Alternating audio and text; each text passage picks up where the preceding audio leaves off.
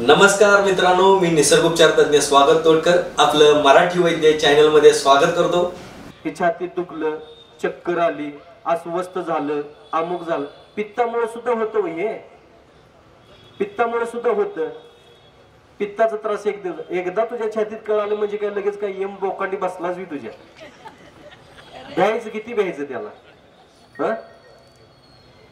आता मी जर म्हणलो असतो नको बाबा महाराष्ट्रभर कशाला फिरा, बरोबर आहे का नाही? कशाला फिरा, रस्त्याला रिस्क काय कमी आहे का? बरोबर आहे का नाही? रस्त्याला रिस्क कमी आहे का? वाहन आपण चांगलं चालवतोय हो, दुसरी कशी चालवतात काय माहिती, असं म्हणत जर घरात बसलो असतो तर एवढं प्रबोधन करायला मी व्याख्यान द्यायला फिरलो नसतो, आणि फिरलो नसतो तर तुम्ही एवढे जमले नसता। बरोबर आहे ना? काय कसंही माझं पोट भरलंच असतं, बायका पोरांचं पोट मी भरलंच असतं, कसं नाही कसं, पण आज माझ्या मुलांना माझा अभिमान आहे।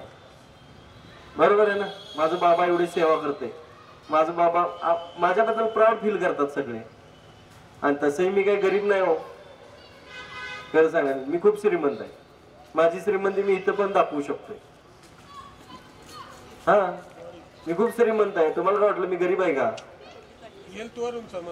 हा नाही, ही श्रीमंती तर आहे सोडा, अजून ह्याच्यापेक्षाही हे काय आपला पण वैयक्तिक कमवू शकतो की अजून एक श्रीमंती बघा। ज्या जगामध्ये, ज्या युगामध्ये स्वतःच्या आई वडिलांचं सुद्धा मुलं ऐकत नाहीत, त्या जगामध्ये त्या युगामध्ये एवढी सगळी लोक माझं ऐकायला, तर ह्याच्यापेक्षा मोठी श्रीमंती अजून काय पाहिजे?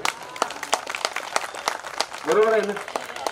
एवढी लोक येतात, ऐकतात, मी एकटा उभारलोय, तुम्ही सगळे ऐकायला लागलाय, ही खूप मोठी श्रीमंती आहे माझी, आणि ते परमेश्वरानं मला दिलेले आहे, कारण मी चांगलं काम करतो। मी एवढी व्याख्यानं केलीत, मी कुठेही एक रुपया घेतलेला नाही आजपर्यंत। मला दादाने पहिल्यांदा आणलेला आहे, दादा मी घेतले का पैसे त्यावेळेस तरी तुमच्याकडे? आजही नाही। मी जवळपास 30 वर्ष होऊन गेले, मी 35 वर्ष होत आले जवळपास तसं, आणि अगदी तंतोतंत म्हणलात तर 33-33.5 वर्ष झालं मी या क्षेत्रात काम करतोय। 33 वर्ष झाली, आणि मी हे सुरू केलंय ते 2012 पासून सुरू केलंय। पण तुम्हाला सांगा, तोडकर संजीवनीची निर्मिती करताना एक जरी माणूस व्याधीमुक्त केला तर ह्या आयुष्याला, ह्या जीवनाला, माणूस म्हणून जन्माला आलो, ह्या जन्माला कुठेतरी अर्थ आला, परमेश्वर चरणी माझी सेवा लागली, असं म्हणून मी सुरुवात केली होती। तर आज मला अभिमान आहे की मी 7 लाख लोकांवरती यशस्वी उपचार करू शकलोय। मग तोडकर संजीवनीमध्ये 7 लाख लोकांहून अधिक लोकांवरती यशस्वी उपचार झालेले आहेत। गुडघे दुखी असू दे, कंबर दुखी असू दे, हो का, पैशानं पैसा, कोणाला तरी पैसे मदत केली म्हणजे काही झालं नाही हो, पण एखाद्या माणसाची वेदना कमी करणं, एखाद्या माणसाला धीर देणं, ही सगळ्यात मोठी पुण्य आहे। हे पाया पडतो तुम्हाला, पण कुणाला भीती घालू नका। जगात भीती घालणारी खूप लोक भेटतील, तुम्ही लोकांना धीर द्यायला चालू करा, बघा तुम्ही ऑटोमॅटिक निरोगी राहता की नाही। आणि माझा स्वतःचा अनुभव आहे, मी कधी कोणाला भीती घालत नाही। पुढे जाऊन असं येईल, पुढे जाऊ काय बघायचं, पुढे जाऊन कधी मरल माहित नाही, आणि पुढे जाऊन काय सांगायचं, शरीराला लाड जास्त करू नका। आज एक खून करायचा, आजच आळस नावाचा खून करायचा, आळस ज्याचं नाव आहे ना, त्या आळसाचा खून करा, आणि व्यसन लावून घ्या, व्यायाम नावाचं व्यसन। ज्याला व्यायामाचं व्यसन आहे आणि ज्याला आळस नाही, तो माणूस निरोगी राहणार, 100 वर्ष जगणार, ह्यात काही शंका नाही।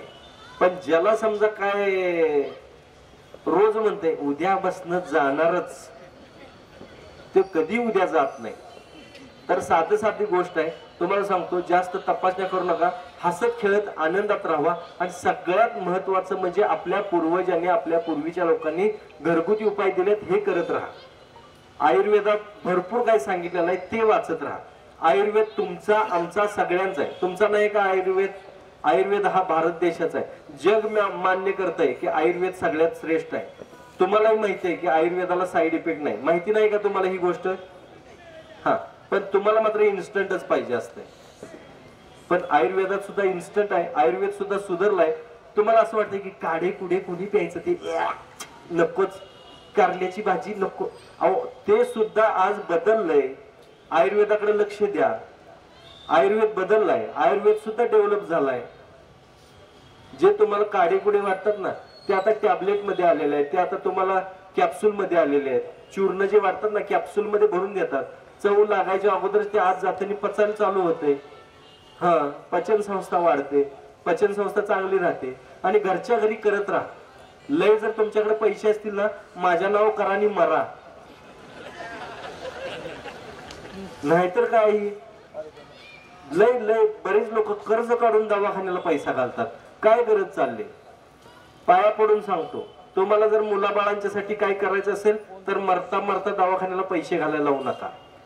नाहीतर 4-5 लाख रुपये घातल्याशिवाय म्हातारं मरतच नाही. काहीतरी मरता मरता मुलांना कर्जबाजारी करून मारतात आणि मग मुलगा परेशान. त्याचं कर्ज फेडायला त्याचं 5-10 वर्ष जातात. त्याचं पण तुम्ही वर्ष वाया घालवता. एखाद्या वेळेस नापास झालं, एखादं वर्ष वाया जाईल, पण तुमच्या कारणात त्याचं तुमच्या कर्जात 3-4 वर्ष तिची फुकट जातात. तर म्हणून पाया पडतो, तुमच्या विनंती करतो, निरोगी राहायचं. कधी येईल त्यावेळी जायचं. लय तपासण्या करत बसायचं नाही. ते डोक्यात ठेवत बसायचं नाही, मला 250 शुगर आहे, 250 शुगर आहे.